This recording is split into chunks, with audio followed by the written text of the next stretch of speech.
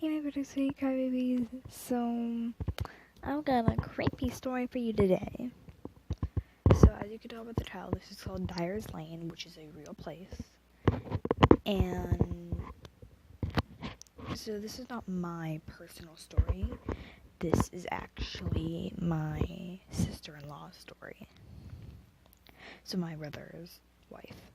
I'm not going to share her name or anyone else mentioned in this story, but, without further ado, let's get on to it. So,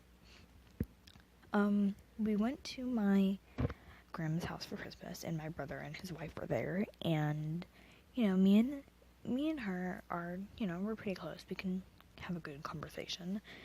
And so, we were watching their son play with the toy I got him for Christmas, and I was like, and I mentioned my other nephew, and I said, I'm just gonna make up a fake name for him, John. I was like, yeah, John, I got him one too. He was hugging it, and, we were talking about that, and both me and her believe in paranormal, which is probably why we can get along so well. And I was talking to her about, paranormal stuff, and she talked to me about some things, and then she got into one of her personal experiences. So she said, me and your brother, we went to Diers Lane, which is known for being haunted. And there are people who, trick people, but, by that time they had all gone home. It was 2 a.m., and so they drove out to Diers Lane, and they were by this huge field, and they heard a moo, and she was like, and they saw a cow, and she was like, is that a cow? Because it was completely empty, and then suddenly thousands of hundreds of cows just appeared out of nowhere. And I asked her, were they just out of nowhere, just out of thin air, right before your eyes? And she said, yeah. And then my brother came in, and he was like, what are you guys talking about? And she's like, Diers Lane. He's like, oh yeah. And then he told me the exact same story.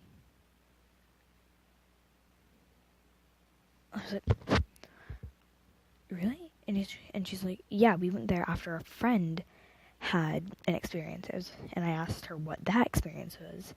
And she said that their friend drove there in his brand new car. And it was, perfectly fine. He had worked on it and stuff. It was, a great car. And while he was driving down the lane, it stopped. The lights turned off. The car just stopped. It stopped working. Eventually, he did get to work, but it just stopped working out of nowhere. What? And so, that's pretty much where the conversation on Diers Lane ended, but, cows randomly appearing, and cars just turning off, that's... What? I don't know, because that's creepy, that's just so creepy. And just, yeah.